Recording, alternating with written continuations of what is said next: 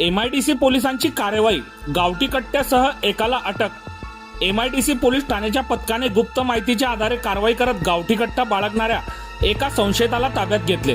ही कार्यवाही 24 जून रात्री मेरून तलाव परिसरात करण्यात आली।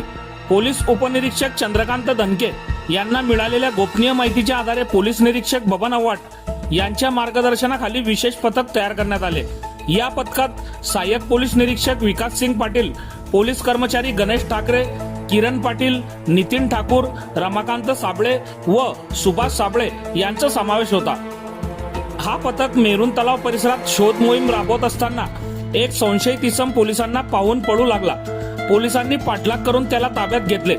चौकशीत त्याने आपले नाव समीर खान जावेद खान, वय वर्ष 25, राहणार बिलाल ब्लॉक, तांबापुरा, जळगाव असे सांगितले।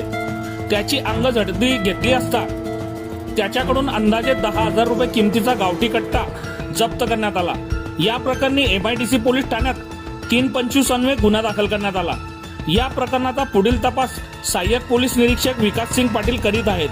ही कार्यवाही पोलीस अधीक्षक श्रीकांत दिवरे, अपर पोलीस अधीक्षक संदीप गावित, उपविभागीय पोलीस अधिकारी नितीन गणापुरे यांच्या मार्गदर्शनाखाली तसेच पोलीस निरीक्षक बबन आव्हाड यांच्या नेतृत्वाखाली पार पडली।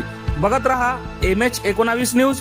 मुख्य संपादक श्रीकांत वानखेडे सोबत ब्युरो चीफ जोएब सय्यद, जळगाव जिल्हा, महाराष्ट्र।